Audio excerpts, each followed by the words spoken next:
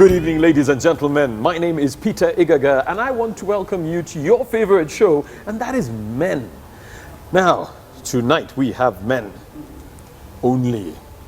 And why are we here at the Hilton Garden Inn Hotel? Because we are talking about second chances. Do I mean the famous soap opera that ran on NTV? No.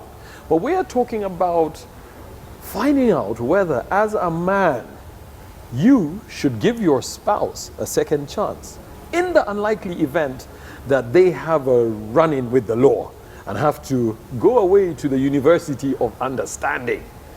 Should you cut that cord and just say, you know what, move on? Or should you be lenient and have what I dare call the Jesus syndrome and say, as some people say, if he who has not thrown, he who has not committed a sin should cast the first stone. Yeah. Now we're here at the Hilton Garden Inn Hotel with Ivan. Ivan, welcome to the show. Thank you so much, Peter. Yes. Hello, everyone. Before we start, do you believe in second chances? Ivan doesn't believe in second chances. It's a one way. It's either yes or no. Yeah. So if you mess up, sorry. Show me your back, I show you my back. Life goes on. Life goes on. All right. Yes. Cool. Great stuff. Chris, I'll come to you. Colin. Yes. Not that you are. You have made a rookie mistake, my friend. Anyway, we shall discuss that mistake later. Second chances. Can we say if I make a mistake and I end up on the wrong side of the law and go to jail, I'm a selfish person because I shouldn't have done it in the first place? I mean, we hear a lot of people saying that, oh, you know what, I'm a good person, I have never ended up in jail. But you're not supposed to be there in the first place. So if you make a mistake, is it, if your spouse makes a mistake, is it right for you to cut that cord and say, I'm sorry, I need to get my life? So I think that you cannot approach this with a black and white sort of like approach to it, and this is why, because when you love people, it's not just the actions they do, it's also the intent of it. Yes. So and even though we are, and Chris is going to love this, even though we're spiritual beings, we live in a physical world defined by laws. Those laws are made by other men, and those laws are put there to protect us from each other. Because without laws, we're just animals, without society and community. I think that if your partner ended up in a situation where they, well, knowingly or unknowingly broke the law, they'd have to suffer the full force of the law. I think that the pain point comes when the law is not applied equally.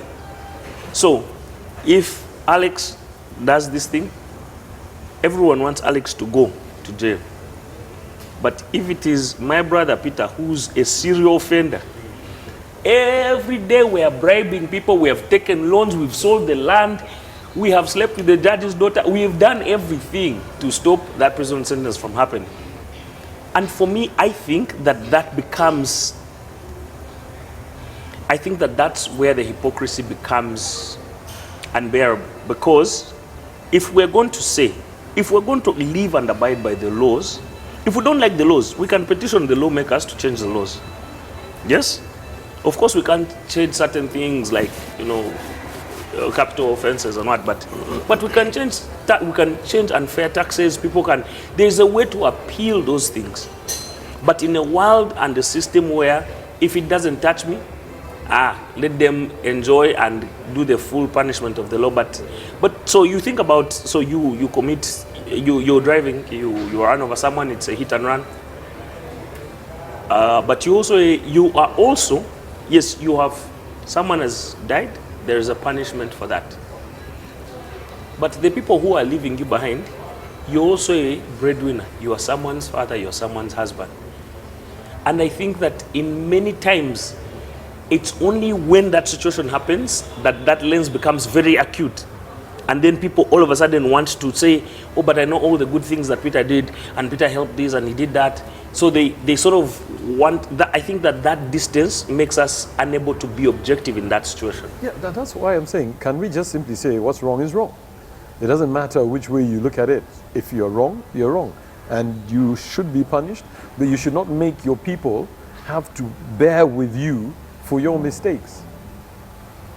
Chris. Says the guy who's never made a mistake. No, it's not about never making a mistake.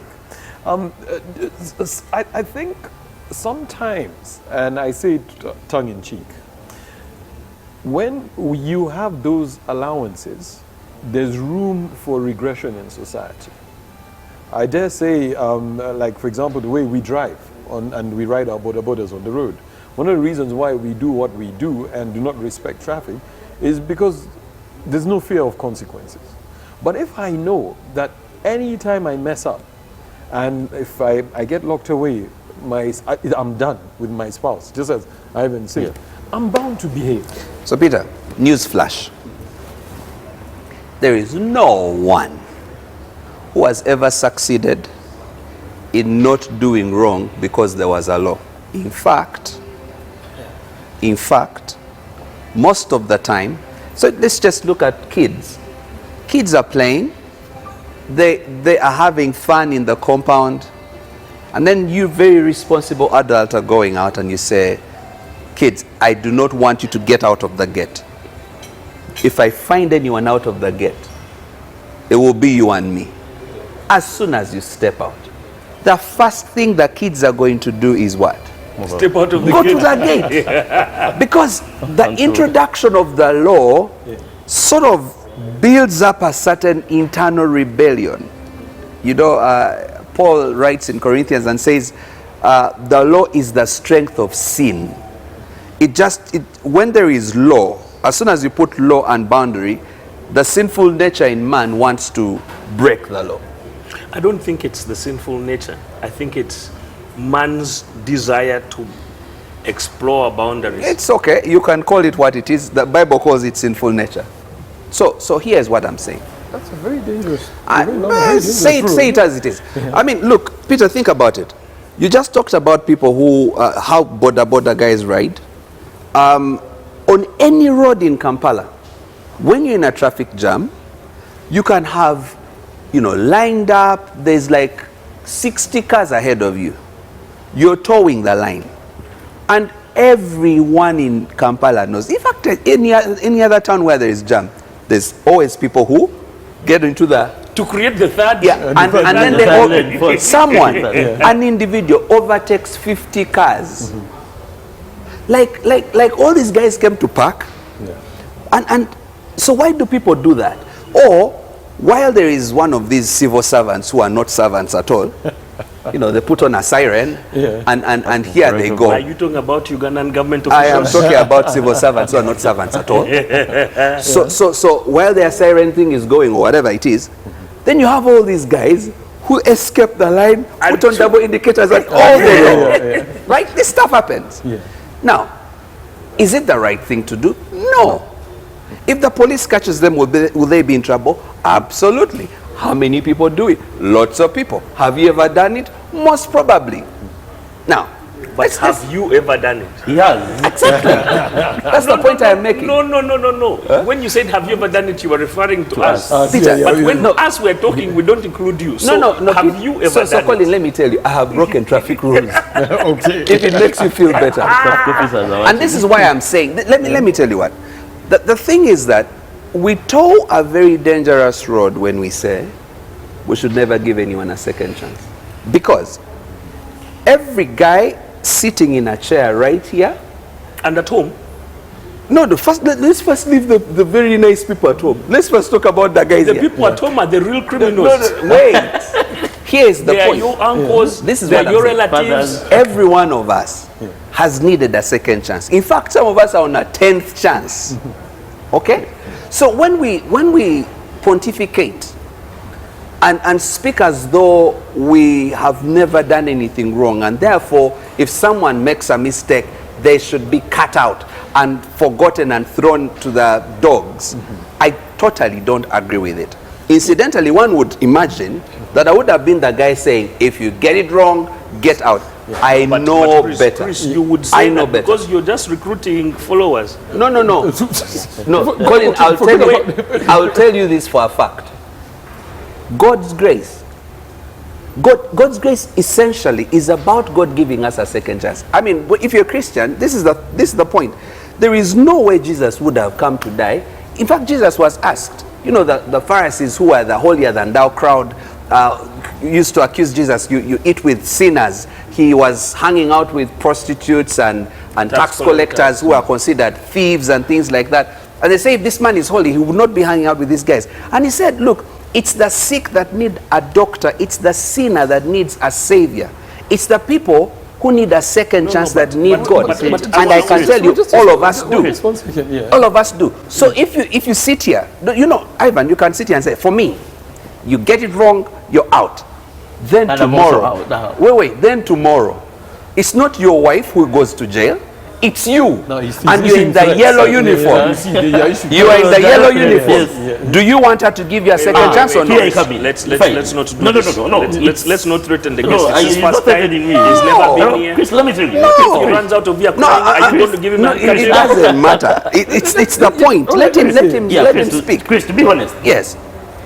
God forbid, if tomorrow I'm convicted and end up in You're married, by the way, I hope. I'm in between now. Yeah, I'm in some between. kids? I mean, Peter, defend me, please. You are protected. thank You are you. protected. So you don't have kids? I do. Yes, I do. The man is railroading you. Just Just be told, if, God forbid, if anything happens tomorrow and I'm convicted, taken to Rosia or whatever, Yes. 7 years down the road, trust me, there's no way I could, wait for my wife, cry, wait for me 7 years down the road. I mean, she has a future. What happens 7 years down the road? I'm at zero. No business is running. I'm not employed. I'm digging, and having one meal. I meant to understand. So, the best advice I can give this lady, hey, move on. You're missing out opportunities out there. I know you have my kids. Tell your wife. Yeah, I mean, move on. One thing coming out of prison after 7 years, you take more 7 years finding yourself. Those are 14 wasted years. The woman is looking at you. I mean, she missed opportunities outside You there. have never been in prison. Have you ever? Oh, that's a tight question. No, have you ever? No, I've never. And I'll never be there. Since we're talking about ex-convicts, as the only ex-convict on this show, let me be unequivocally clear.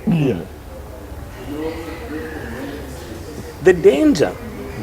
So the danger with this, I think, this perspective, it ignores the fact that when people have served time, they have paid their debt to society. Absolutely. And I don't mean it in the religious, Jesus is forgiving.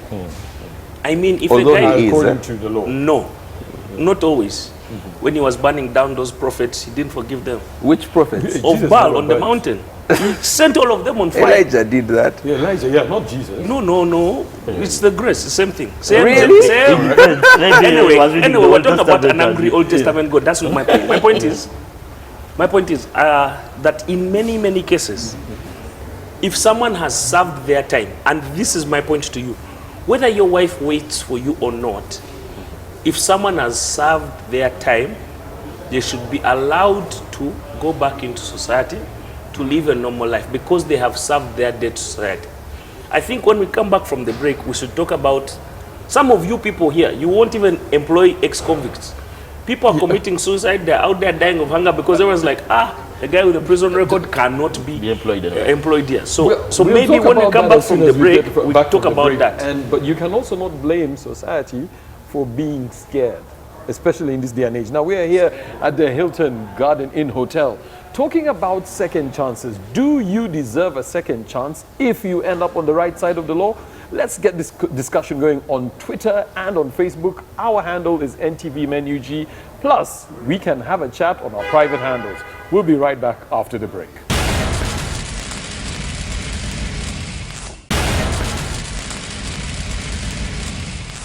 Welcome back from the break. In case you've just joined us, we are here at the Hilton Garden Inn Hotel talking about second chances, as we enjoy, some people are enjoying a nice glass of water, good for them. Others are enjoying their tea, but I'm enjoying a great cup of coffee.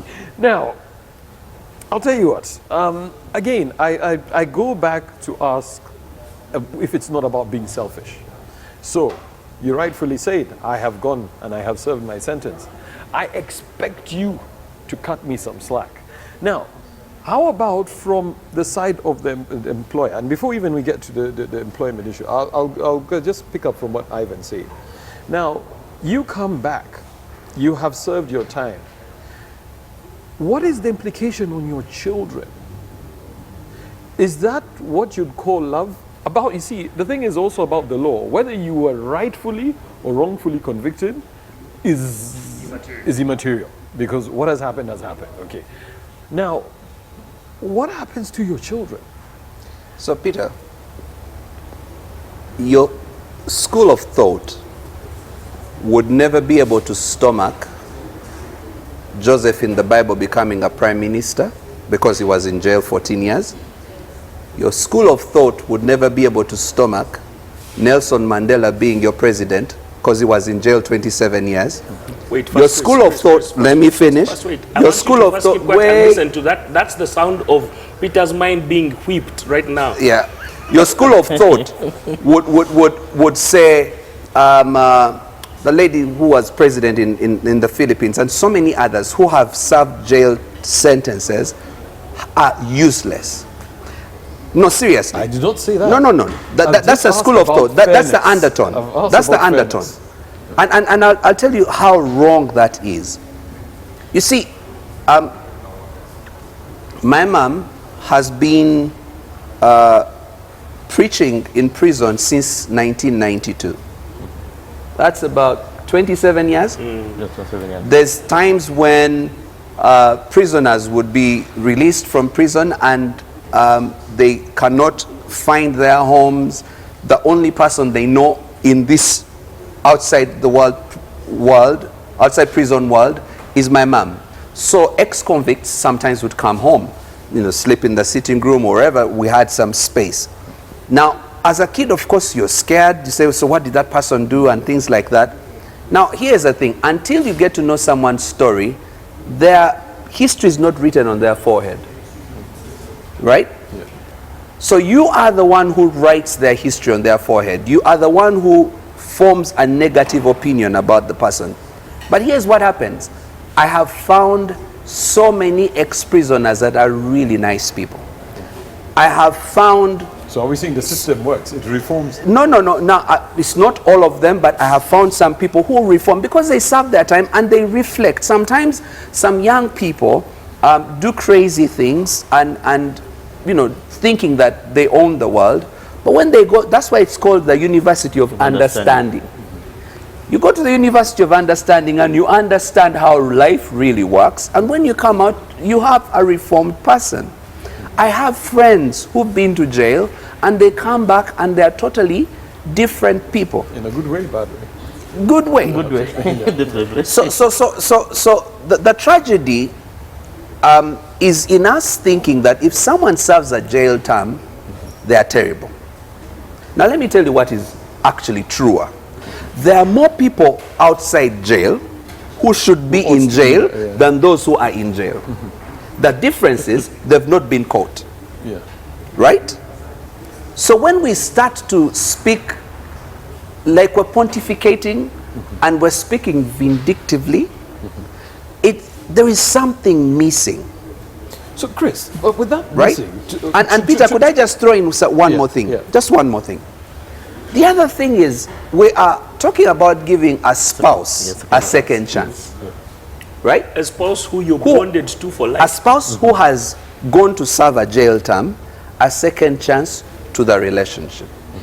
Now, fundamentally, there is a schism, if you like, concerning relationship, even without jail. People bail out of marriage or relationships based on what they didn't, the matoke was burnt, silly reasons. Silly is in quotes. No. I'm not putting it in quotes. In your world, it's in quotes. Okay? In mine, it's not. So then over a more serious matter, like jail, someone says, oh, I really now have a really good reason why this has to end. But I'll tell you something. When you think about relationships and especially marriage, and this is why I personally think it's good to go back to the author of marriage, who in my understanding is God, and look at why there is marriage. Marriage is a reflection of God's relationship, Christ's relationship with the church. A relationship that basically even he died for. So there's no so there's absolute commitment even to the point of death. The Bible says, husbands, love your wives as Christ loved the church, even to the point of death. Wait. So the commitment has to be even to the point of death. I mean, what, 7 years? So you really, are what, 7 years? Saying that it doesn't matter what somebody does, you must stay with them for life. Peter, what I am saying is everybody deserves a second chance, and you can wait it out. Actually, I'll tell Chris here, there are people, even just within, who people are watching out there, they're seated next to, maybe the wife is sitting next to the husband and the other way around, but trust me, in between them, someone is like, God, if only you can take away this person for 1 second. Let me tell you, there are people who are outside, they are not even patient to, you know, your wife takes a flight to Dubai, and next thing, you're in a bar, running around, chasing, you know, whichever skirt is, you know, passing by. Then tell me, I see how you're looking at Peter, but it's no, I'm not looking at Peter. There's no reason to victimize him. No, all of us have been, okay, let me look at all of Chris us here. have received forgiveness. Let me look at Chris here. And tell me how this man will be patient for 7 years. Okay, wait. I hear you. Are you almost done? I want to say something after you. So, there's no way someone can be patient for that period of time. And rightfully so. I mean, angels, And rightfully so. No, Yes. I'm asking. angels stay in heaven. Miracles stopped. Okay, So, men are men. So I think. So I don't take Chris's view on these things, and I don't take them because I live in the real world, and in my real world, actions have consequences. But think about. So, viewers, just stay with me for a second. Think about it like this.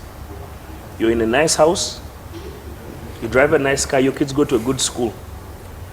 But you know it's because your partner is taking bribes and kickbacks. The self-interest in you will never allow you to snitch on that person. It will never allow you to betray them. The day they are caught, yes, you will cry, but you'll cry in the comfort of the comfort that this person has provided you. And I think that in many, many ways, we forget where we've come from. But also the reality is this, that in the society in which we live, once you get used to a certain level of comfort, if the provider of that comfort is gone, most times people move on and find another provider of that comfort. True. This is not, it's not moral, it is not religious, it's just the comfort of life. It's a lens. So, it's one of the lenses through which to see the world. So I mean, these days you look at the newspapers, every day people are getting popped up, people are getting arrested. And those people who get arrested, they have loved ones. So Colin, and the loved one accepts and says, you know what, it's okay. Here's the thing that I want us to think about. In every society, there's people who act one way or the other way. Yeah. Okay. That's why there are rules in society. Yeah. So I'm not saying that there are no people whose spouse has gone away for 3 months and they've gone off with another person.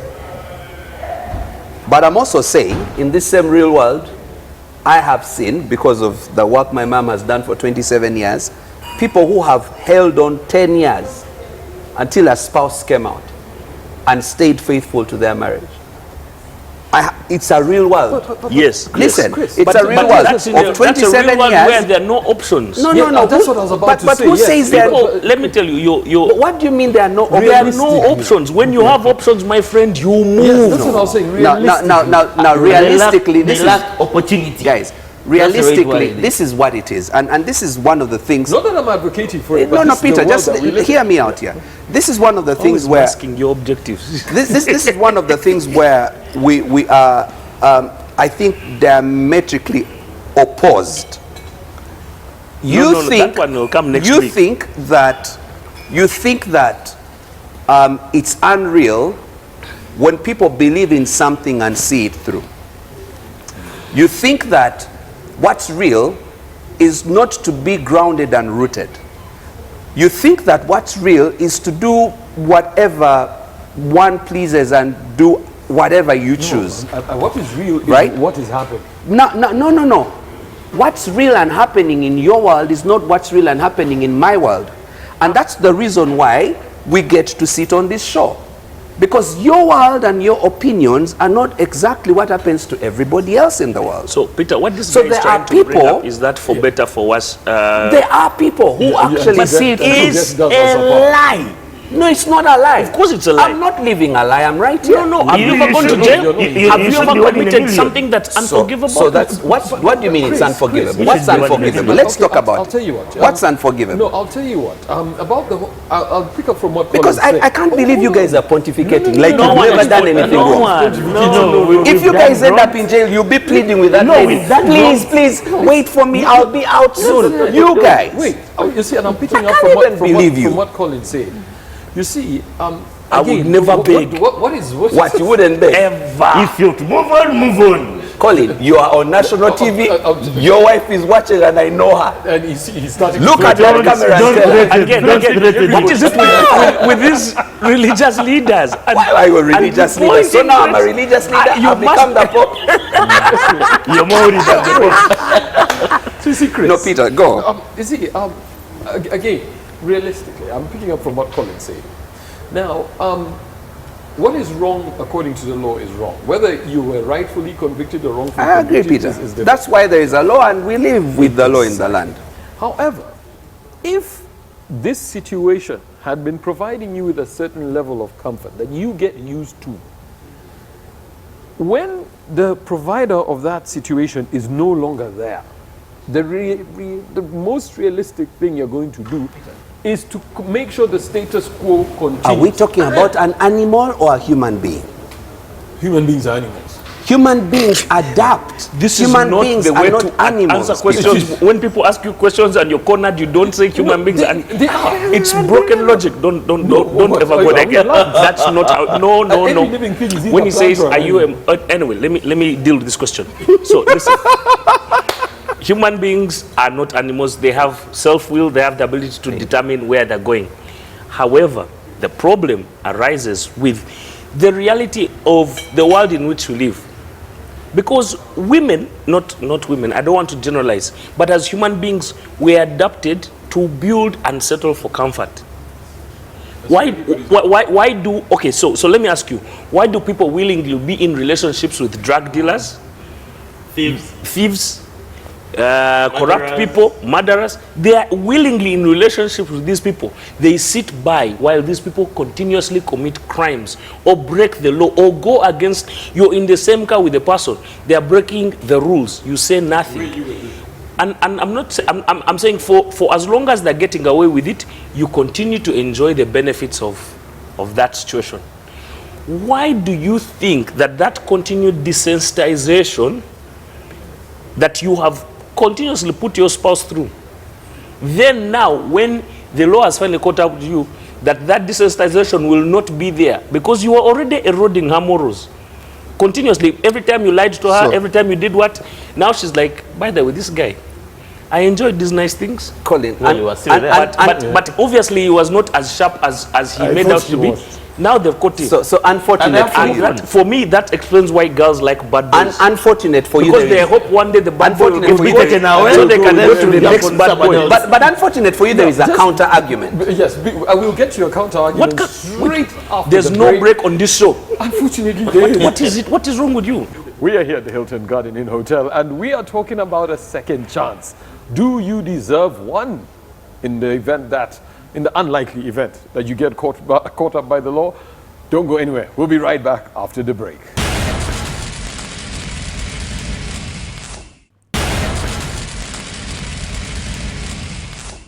welcome back from the break. We're here at the Hilton Garden Inn talking about second chances. Is Chris sitting on his high moral horse and riding it into the sunset? Well, we'll know in this session. Or is Colin doing what he does best? Get it and run south with it. Or is Ivan going to survive? His maiden show. He's maiden show. I will. Peter, I just want to jump in right there. By the way, if anyone has been following this show, they would know that I'm sitting on no moral horse. In fact, surprisingly, Peter, you are sitting on one. This should be Chris's But- parting shot already. But He has already talked more than all of us. But no, because I can't No, stand he's lies. defending the But here's the thing. undefendable. The counter argument to what Colin has been saying. So first of all, Colin, you've been saying, and you guys have been saying that people get used to comfort and they can't adjust from that comfort. You believe that everybody is driven by sensualism and pleasure, and that's that's the biggest drive, and it's human nature, and that sort of thing. But you'll be surprised that there are people who are driven by higher calls, by purpose, by commitment to their word, by faithfulness, right? And that those values hold stronger than pleasure. This is why in the world you've got nuns and reverend fathers and people who actually decide not to live a life of pleasure because they believe that serving others and sacrificing human pleasure to be of good in society is a better call. And that's a real world, by the way. And they're real. Okay? No. I didn't say they're the majority. I'm saying they're real. Okay? And there are people who are like that who are not necessarily nuns and reverend fathers. The point I want to make is this, is that human beings, as we live our lives, we decide what dictates how we live. There's some people who are sensual. I know that there are some girls, even when you get broke, like you've been having money and you're broke for a month, she's off with another person before the next deal. Okay? We know that. And I'm not saying that doesn't happen. So I know that there are spouses who, as soon as someone goes to jail, they say, my goodness, I have to find someone else. Because maybe they really didn't love you. Maybe it was really about the money. But there are people who really love. There are people who are really committed to their relationships and are willing to wait it out. So wait. And that's so real. I'm not arguing with Chris because so I hear what you're saying, but I also for me this is where the conflict arises, Peter.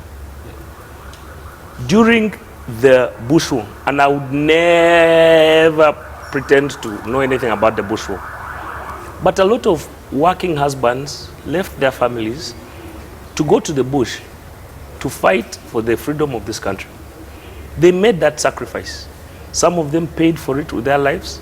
Others were branded rebels. You were talking about the example of Mandela. You are talking about, what's that lady from Myanmar? Yeah, Aung San Suu Kyi. There are people, yes, there are people who have paid the ultimate price for the things that they believe. This is what you're saying. And that those people who pay that price, should your partner stick by you if you truly believe in what you're doing, in your cause. My counter to that is that for every Nelson Mandela, there is a Steve Biko. For every Jomo Kenyatta, there is a Dedan Kimathi. For every Museveni, there is a Rijema. There is people who go to these causes and never come back. That is, unfortunately, the reality of the world in which we live. That they are Call heroes. it martyrdom. Some who don't make it. Yeah, there are those who don't make it. Okay. So what we are saying is stay, pay the price.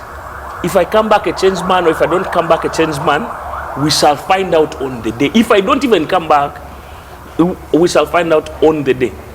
And yes, so in that case, then you admire the spouses who waited. The spouses who didn't what? Winnie Mandela didn't wait.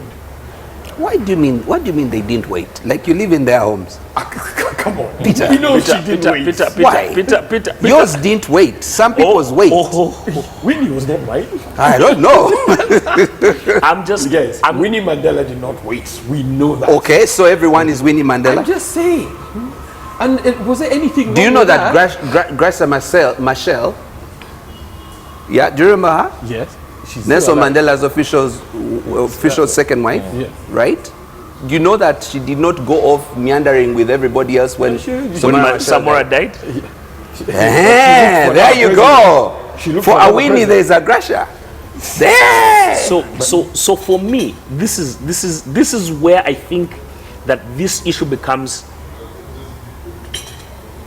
dichotomous and contentious, because we live in a world where there are both examples of people who moved on and became great and said, okay, you know what, I'm done with that life, that was a mistake. They move on and they find happiness.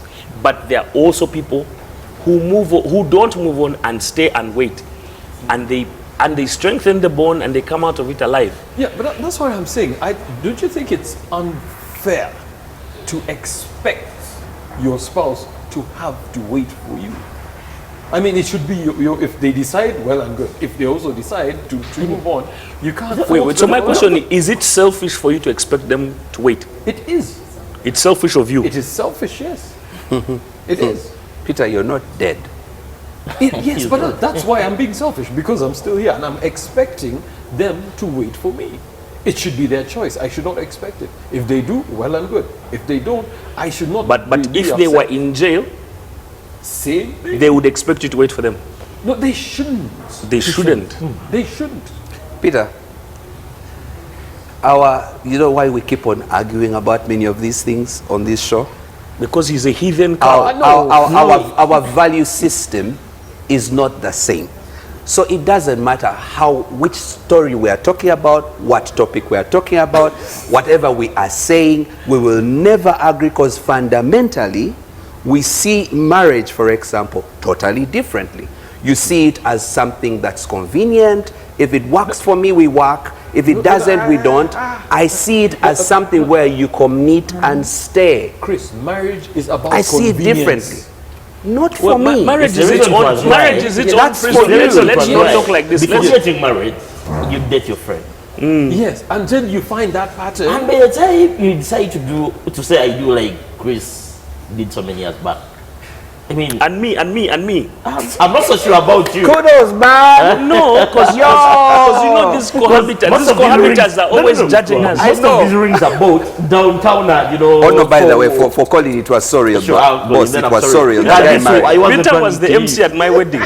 He was out there. No, okay. An infidel officiating our to the reception. viewers out there who keep buying rings and, you know, for respect purposes, you're basically going for an interview and you want these people to maybe give you respect to buy a ring and it's on.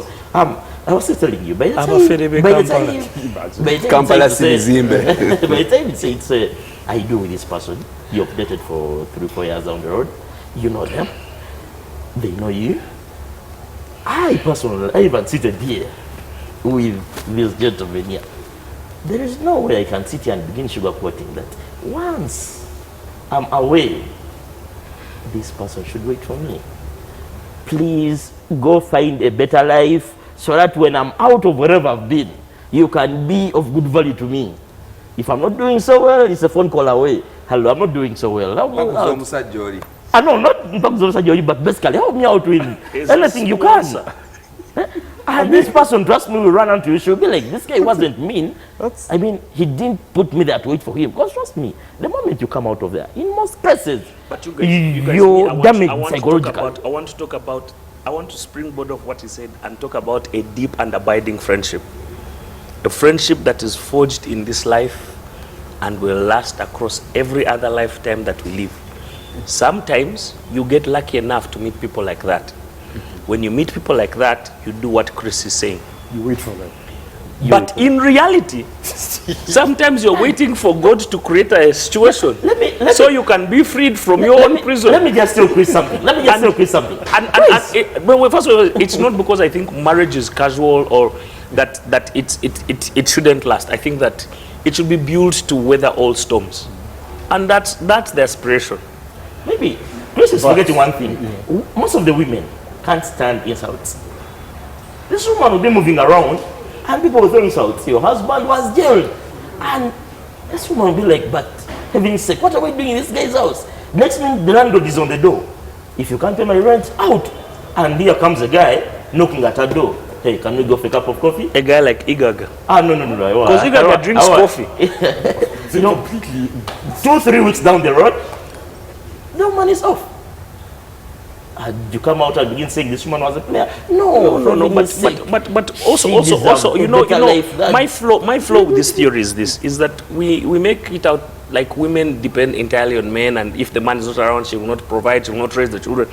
These women these days, they're making their own money. They have their own jobs. I think that so the economic sustainability element is one. The companionship missing is two. The thing you've talked about that carrying around the shame of a jailed spouse is three. But all those things can be mitigated. Proper planning ensures there's no economic instability. If you have a proper relationship and you convince your partner that this is something that I never did, because if they are really your life partner, if they are, listen. It's one thing, Peter, for your friend to go to jail, irrespective of whether they did or not, for them to go to jail, and you believe they didn't do it, and because of that, the day they come out like this, you give them a contract because you know they were framed or whatever, because you know this guy is an honest guy. If you know you did something wrong, you convince Chris, you're cutting short. And I'm going to report you to the producer. Is the man insinuating that you should paint a picture for your survival to your spouse that you didn't do it so that they can be in your corner? So, Peter, for me, I'm not playing the card of I didn't do it. I'm talking about a scenario where someone did something wrong, was rightfully arrested and thrown in jail. There are no two ways about it. You know he did it or she did it, and it's above board. And they say, look, I did it and I'm sorry. And I'm going to serve the sentence for my wrong. What I am saying is, if this person has been in a marriage, all I am saying is wait for that person, because the value of the person that you got from the very beginning is still there.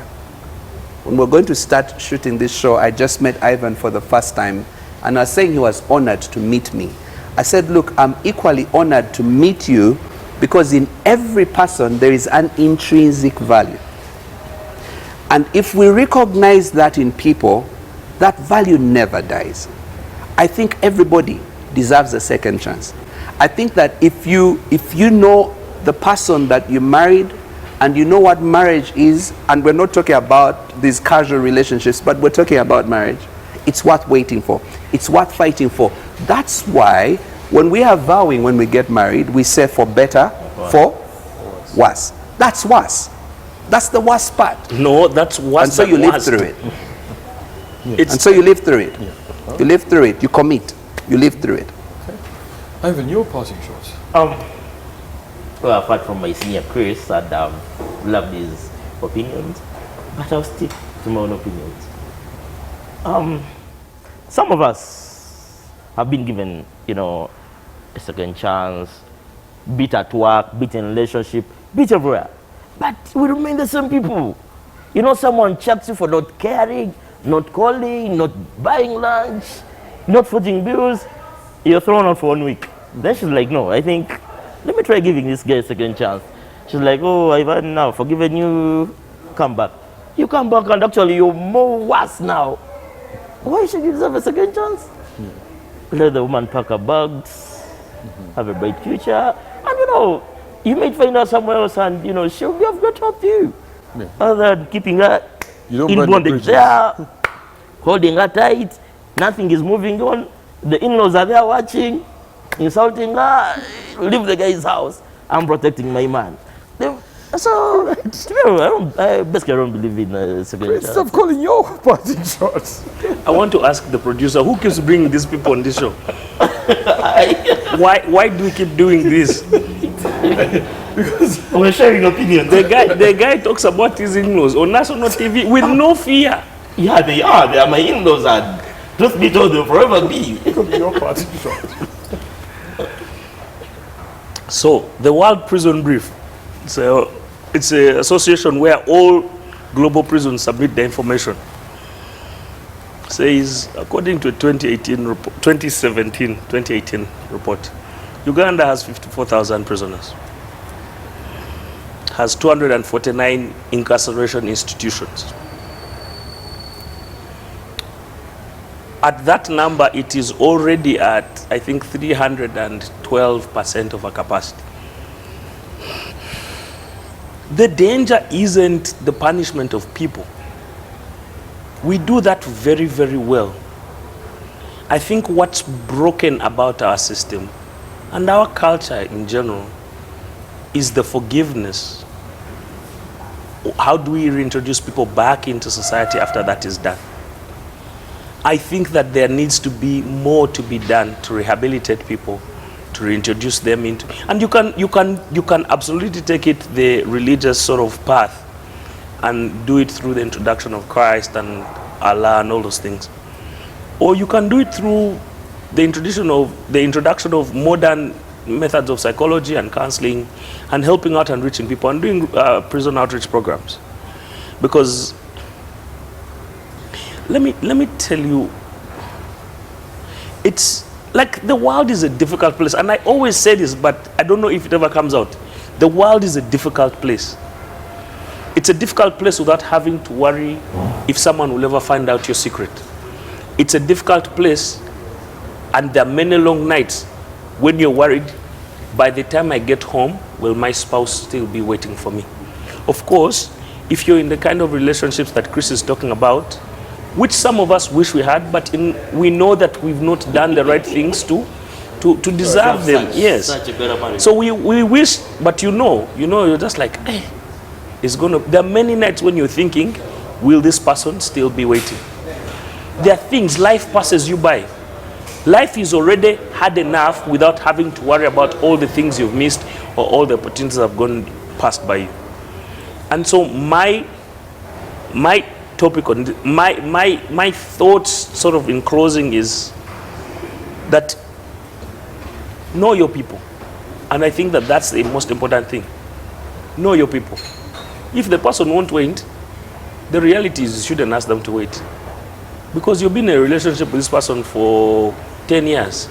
Every time, everything, buying the car, buying the land, they've always purported to be the one to rush into a decision. Why do you think this is the one decision in the 15 years you've known them they're not going to rush into? So one, know your people. And two, be empathetic to where people are coming from. As Chris said, the person's story is not on their forehead. Take the time to know people, take the time to know people's stories. It might allow you to meet some truly wonderful people. Or not, but or not.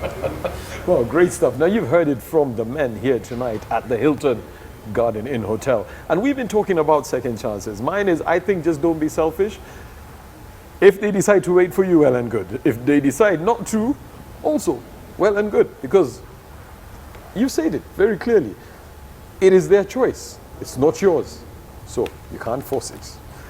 And with that, we want to say good night, take care of yourselves, and we will see you next week only on Men.